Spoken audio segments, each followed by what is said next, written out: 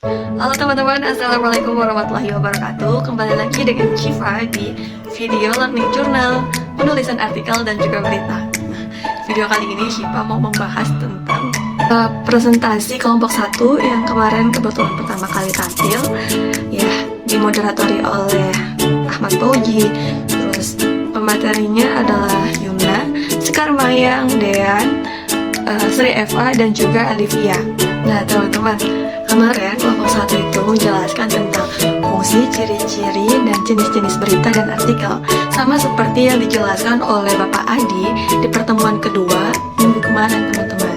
Jadi diulas lebih dalam lagi, dan juga ada beberapa yang sedikit berbeda dari pembahasan Bapak Adi dengan kelompok ini.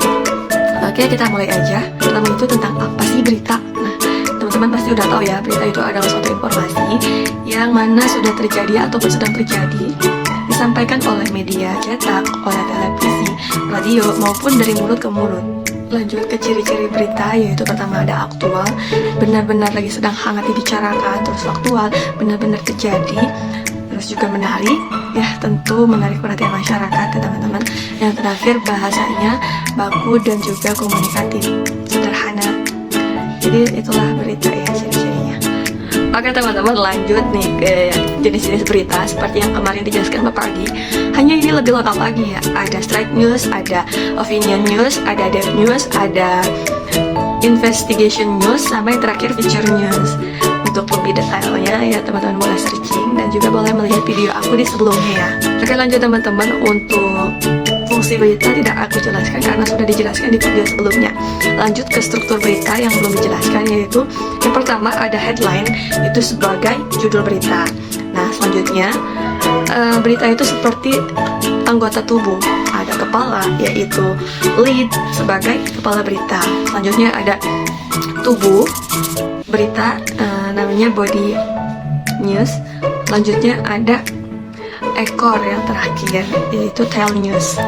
Seperti itu teman-teman. Lanjut ke artikel. Artikel itu adalah karya tulis lepas yang bersifat aktual dan sekaligus konversional, dimuat dalam kunci, menghibur atau menyampaikan informasi, meyakini dan lain-lain sebagainya. Oke teman-teman, fungsi artikel yang pertama yaitu bisa jadi sebagai penganalisis berita, terus jadi forum diskusi, dan juga bisa sebagai sosialisasi dan kontribusi. Nah teman-teman, untuk jenis-jenis artikel aku punya singkatannya nih biar teman-teman mudah ingat ya. Aku sih singkatnya BOPET. Kok BOPET sih kak? Nah jadi kenapa BOPET? Yang pertama jenis artikel. B itu artikel berita. Terus yang kedua artikel opini. Yang ketiga P artikel penelitian. Yang keempat artikel edukasi. Dan yang terakhir T artikel tutorial. Jadi disingkatnya BOPET. Oke teman-teman harus ingat ya. Untuk ciri-ciri artikel nggak jauh dari berita ya. Yang pertama ditulis secara fakta, terus bahasanya mudah dimengerti, juga tulisannya bermanfaat untuk orang lain. Yang terakhir itu jelas dengan data yang ada. Seperti itu teman-teman. Ya, cukup sekian penjelasan dari kelompok pertama yang kemarin tampil. Lanjut membahas tentang revisi makalah yang telah ditulis kelompok pertama. Banyak banget catatan untuk kita sebagai mahasiswa yang belum tampil kelompok untuk perbaikan dalam penulisan makalah supaya baik dan benar.